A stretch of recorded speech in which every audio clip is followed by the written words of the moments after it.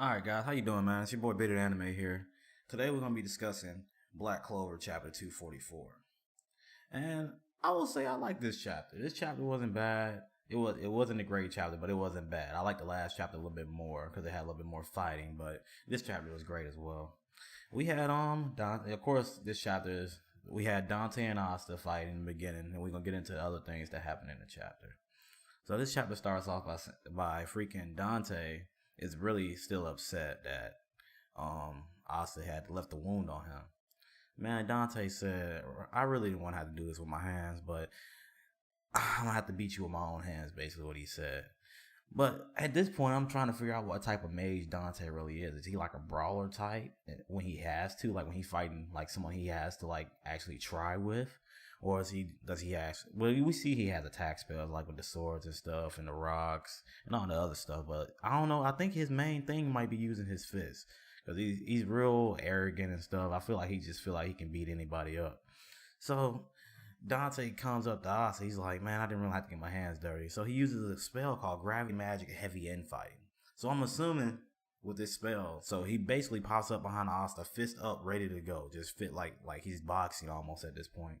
Fist up, ready to go. He just starts pounding Asta. He's like, right now I feel like beating you with my hand. And on the next panel, you see him just whole bunch of fists. I don't know if I'm assuming he's punching that fast. Maybe he's using he's pulling the gravity, like he's using gravity to pull Asta towards him as he punches him so Asta can't move maybe. But at that scene, that spell, I love Dante. I will say I love Dante, but then again, I love villains. People like Dante. I love like people in the story like Dante and freaking his Dark Triad members, Vanicans. I love them. Like how just they're savage.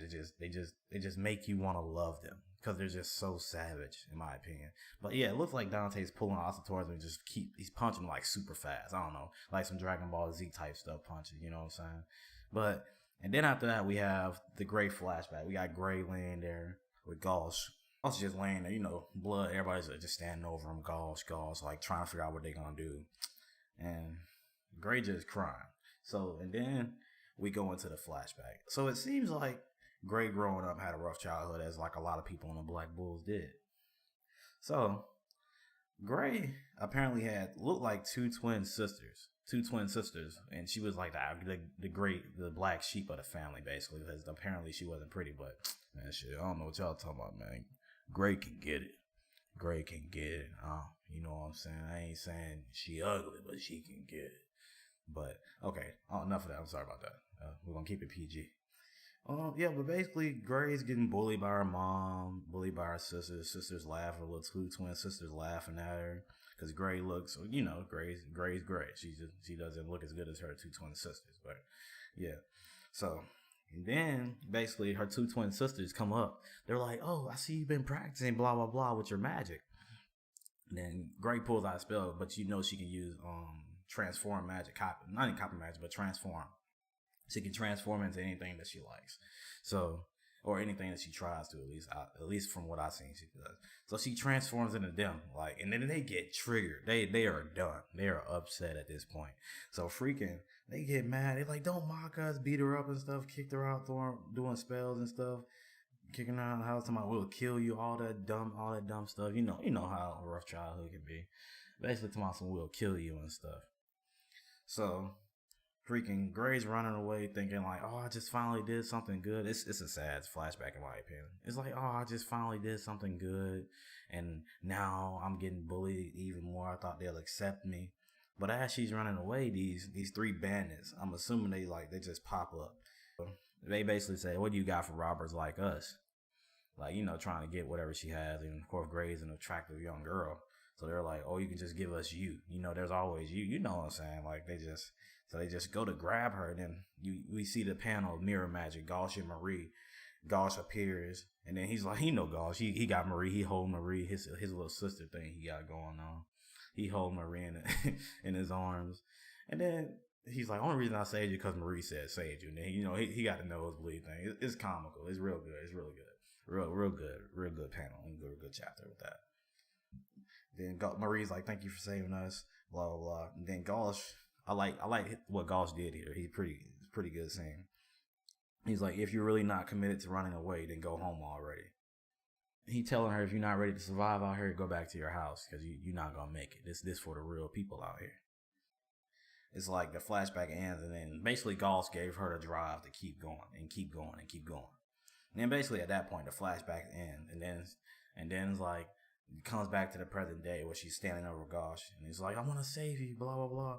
And then she's like, I want you to save me, but it's embarrassing. And then, because Gray's thing, she don't want people to see the real her because of her traumatic childhood and stuff. She's just now started like coming out of her shell, so it's embarrassing. And she's like, it's embarrassing. I want you to look at me. And then she's like, now that I'm stronger, she basically like, it looks like the sword disappears. I don't know what she did to make the sword disappear. Some type of spell. And then everybody's just sitting there. Vanessa's in shock because she's like, oh, she closed it up. That spell is, and then blah. Then that's pretty much the end of it right there. It's basically Gauche got. And at this time, we basically see Gray and Vanessa sitting there standing like, oh dang, you just healed him. Like basically Gray got a power up spell. So it's a good spell. I don't know if she's like a healing mage now or she can heal stuff like that. But that's pretty much the end of that. And it seems like Gauche is gonna survive somewhat. I don't know, but we still got more in the chapter to keep going. So at this point, we come back to Asta. Asta hit the ground. Boom. Onto my like everybody's like, Asta, blah, Asta hit the ground. But we thinking Asta good. And then at this point, we see Dante walking up, and he's like, "Great, who would have thought you had another Arcane stage mage?" So I really have a problem with Arcane stage at this point, because at first it was just like a special type of mage, like it's a special type of magic that no one has, like, you know what I'm saying?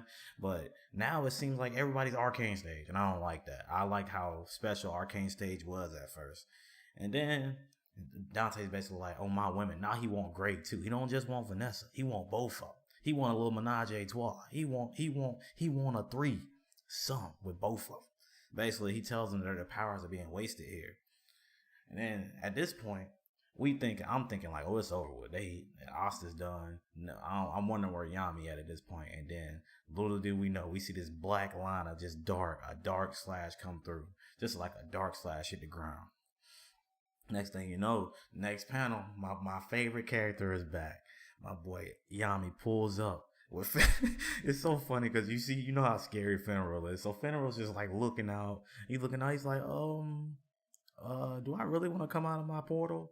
And then Yami's just standing there floating. I wonder, is Yami floating right here? Or is he like just like, if the panel doesn't show him like really falling? Because it seems to me like he's floating almost. Basically, he just says, he's like, hey. Then Dante looks back, like Dante just looks over his shoulder because he's still facing Vanessa and Grey at this point. And then he's like, what are you trying to pull? Nobody messes with my people. And then that's when the chapter ends.